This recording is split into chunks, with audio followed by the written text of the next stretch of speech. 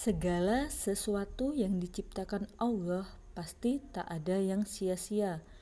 Di antara ciptaan Sang Khalik yang istimewa adalah lebah.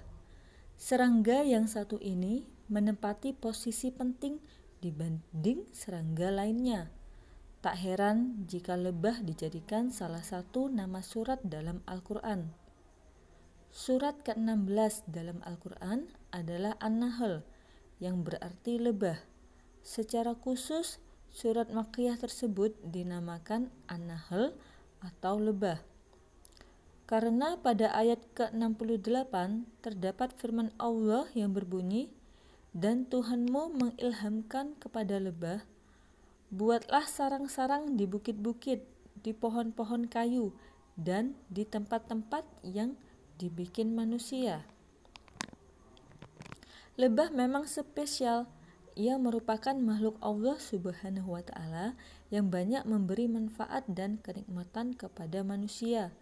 Dalam penjelasan surat An-Nahl yang tercantum dalam Al-Quran dan terjemahannya disebutkan bahwa ada persamaan antara madu yang dihasilkan oleh lebah dengan Al-Quranul Karim. Persamaannya, yuk kita lanjutkan dengan ayat berikut ini, kita simak ya.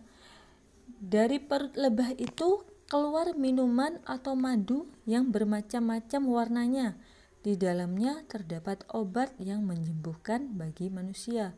Sesungguhnya pada yang demikian itu benar-benar terdapat tanda atau kebesaran Tuhan bagi orang-orang yang memikirkan. Pada Quran Surat An-Nahl ayat 69. Madu berasal dari sari bunga dan menjadi obat bagi bermacam-macam penyakit manusia. Sedangkan Al-Quran mengandung intisari dari kitab-kitab yang telah diturunkan kepada nabi-nabi zaman dahulu, ditambah dengan ajaran-ajaran yang diperlukan oleh semua bangsa sepanjang masa untuk mencapai kebahagiaan dunia dan akhirat. Sedangkan kemukjizatan madu sebagaimana yang disampaikan Al-Quran telah terbukti secara ilmiah. Dalam tafsir Al-Quran, Sayyid Qutb mengungkapkan madu sebagai obat penyembuh penyakit sudah dibuktikan secara ilmiah oleh para pakar kedokteran. Inilah salah satu bukti kebenaran ayat Al-Quran yang harus diyakini umat manusia. Sedangkan dalam tafsir Al-Quran, Ibnu Katsir diterangkan bahwa madu lebah itu warnanya bermacam-macam sesuai dengan makanannya. Ada yang berwarna putih, kuning, maupun merah. Selain itu, menurut Ibnu Katsir, madu cocok bagi setiap orang. Misalnya untuk mengobati dingin karena madu itu panas.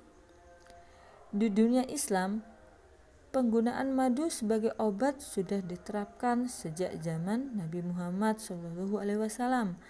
Pada saat itu, madu digunakan untuk mengobati penyakit diare. Lem lebah yang berasal dari madu juga berkhasiat untuk mengobati berbagai macam penyakit. Kajian khasiat madu secara ilmiah juga telah diteliti oleh ilmuwan muslim terkemuka di era keemasan Islam, yakni Ibnu Sina. Bapak kedokteran dunia dan pemikir muslim agung di abad ke-10 Masehi itu tercatat sebagai dokter yang mengulas mengenai khasiat madu dari segi kesehatan dan dunia kedokteran. Selama hidupnya, Ibnu Sina banyak mengkonsumsi madu sehingga awet muda dan berumur panjang. Madu, menurut Ibnu Sina, dapat menyembuhkan berbagai penyakit dari yang ringan sampai yang berat, seperti tekanan darah tinggi dan jantung. Madu juga dapat menurunkan suhu badan serta mengatur sekresi sehingga dapat menghilangkan penyakit demam. Ibnu Sina juga telah meneliti khasiat madu untuk perawatan kecantikan tubuh. Menurut Ibnu Sina, madu dan minyak zaitun mampu menjadi obat mujarab yang digunakan sebagai kosmetika yang memiliki beragam khasiat. Madu dan minyak zaitun, papar Ibnu Sina, bisa mengencangkan kulit muka dan seluruh kulit badan. Kedua bahan alami yang mendapat perhatian khusus dalam Al-Quran itu mampu menghilangkan flek-flek hitam dan jamur kulit. Selain itu, madu dan minyak zaitun juga bisa menghaluskan kulit dan mengurangi kerutan pada wajah. Yang tak kalah menariknya, Ibnu Sina pun telah menemukan fakta bahwa minyak zaitun dan madu mampu menghilangkan bau badan yang tak sedap, serta bisa memberikan vitamin pada kulit dan melembabkannya.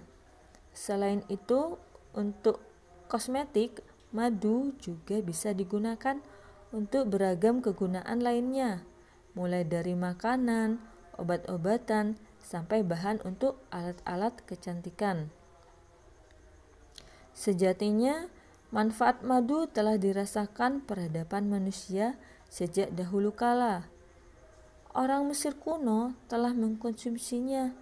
Penduduk Mesir kuno sudah terbiasa memanfaatkan madu sebagai makanan bergizi tinggi serta obat berbagai macam penyakit yang mujarab. Meski begitu, peradaban kuno belum mampu menjelaskan secara ilmiah. Adalah Ibnu Sina, seorang dokter legendaris sepanjang masa yang telah berhasil membuktikan kebenaran khasiat madu tersebut dalam usia tua. Konon, Ibnu Sina masih tetap kelihatan segar, sehat, bugar, layaknya seorang pemuda karena terbiasa mengkonsumsi madu. Hasil penelitian terakhir yang dikeluarkan dari Universitas Moskow menyatakan madu ternyata juga mengandung logam aluminium, boron, krom, tembaga, timbal, titanium, seng, asam organik, asetilkolin, hormon, antibiotik, zat anti racun, serta zat anti kanker. Zat-zat ini sangat penting untuk memperlancar proses biokimia tubuh dan proses penyembuhan aneka penyakit. Sementara kandungan enzim dalam madu dilaporkan paling tinggi jika dibandingkan dengan bahan lainnya. Penelitian ini juga menyebutkan madu diyakini dapat menyembuhkan radang usus, serta kesulitan buang air besar atau sembelit. Jadi sangat baik memang untuk mengkonsumsi madu dalam keseharian kita. Dalam Al-Quran, madu pun menjadi simbol kenikmatan surga. Dalam Al-Quran, madu pun menjadi simbol kenikmatan surga, balasan bagi orang-orang yang beriman dan bertakwa. Seperti dalam Quran Surat Muhammad ayat 15. Apakah perumpamaan penghuni jannah yang dijanjikan kepada orang-orang yang bertakwa, yang di dalamnya ada sungai-sungai dari air yang tiada berubah rasa dan baunya, sungai-sungai dari air susu yang tidak berubah rasanya, sungai-sungai dari khamar yang lezat rasanya bagi peminumnya, dan sungai-sungai dari madu yang disaring, dan mereka memperoleh di dalamnya segala macam buah-buahan dan ampunan dari Rabb mereka, sama dengan orang yang kekal dalam jahanam dan diberi minuman dengan air yang mendidih sehingga memotong ususnya. Semoga ilmu yang telah kita dapatkan bersama bermanfaat. Assalamualaikum warahmatullahi wabarakatuh.